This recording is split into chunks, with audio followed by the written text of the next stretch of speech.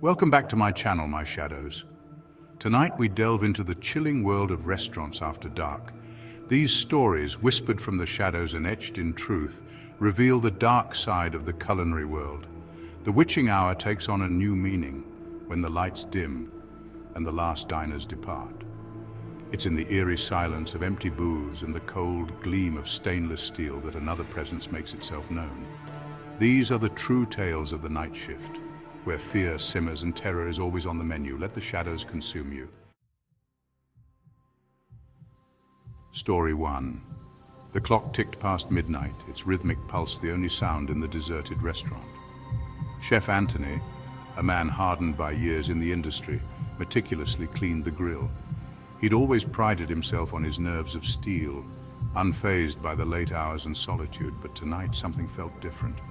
A prickling sensation crawled up his spine, the feeling of being watched intensifying with each passing moment. The hair on the back of his neck stood on end. He paused, turning slowly, his eyes scanning the darkened dining area. Empty. Just his imagination, he thought, turning back to his work. But the unease lingered, a bitter taste on his tongue. He'd just convinced himself it was nothing when a sound, soft as a whisper, reached his ears, a sigh. He spun around, heart pounding, adrenaline surging, and there in the flickering gaslight by the swinging kitchen door stood a figure, tall, gaunt, with eyes that seemed to burn like hot coals. Anthony stared, paralyzed, as the figure took a step closer, and another, its form becoming clearer with each movement. It was then that Anthony saw it, or rather what it wasn't. The figure had no reflection in the polished stainless steel of the nearby countertop. Terror, raw and consuming, flooded Anthony's veins. He stumbled back, a scream rising in his throat. But the figure was gone, vanished as quickly as it appeared. Story 2. The whispers started subtly, soft murmurs that the staff of the Whispering Fork initially dismissed as their imagination. The restaurant, a converted Victorian mansion, had always held an air of melancholy charm, but as the weeks turned into months, the strange occurrences escalated. Glasses inexplicably shattered in the dead of night, sending shards of glass flying across the empty dining room. The antique grandfather clock, silent for decades, would chime at odd hours, its mournful bong echoing through the empty halls. Then there were the shadows.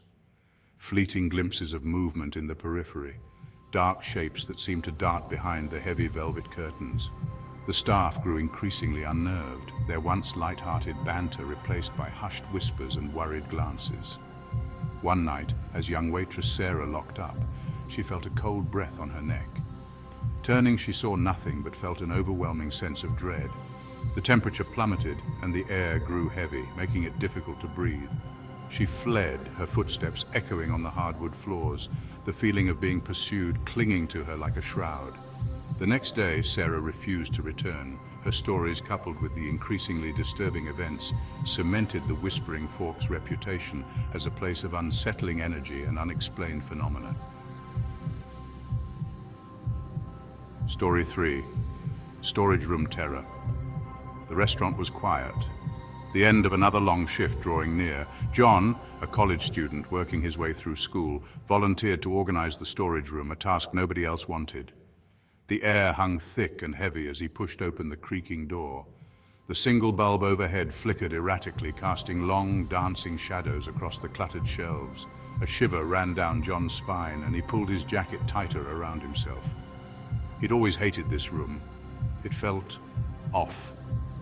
As he sorted through boxes of old menus and mismatched chairs, he heard it. A scratching sound, faint at first, coming from the far corner of the room, concealed in darkness. He froze, listening intently. The scratching grew louder, more insistent. Hesitantly, John moved towards the sound, his heart pounding in his chest. The air grew noticeably colder, and a musty, almost metallic scent filled his nostrils. He reached the corner and peered behind a stack of rusty baking sheets. Two eyes, glowing with an eerie yellow light, stared back at him. A low growl rumbled from the shadows, and John stumbled back in terror. He couldn't make out what lurked in the darkness, but the sheer primal fear that gripped him told him all he needed to know. He didn't wait to see more. The witching hour passes, but the shadows of these stories linger. Next time you find yourself in the comforting glow of a late-night diner, remember the hidden tales that simmer beneath the surface. Thank you for joining me in the shadows tonight. If you enjoyed these tales of culinary terror, be sure to show your support by subscribing, liking, and sharing this video with your fellow Shadow Legion. Until next time, stay shadowy, my friends.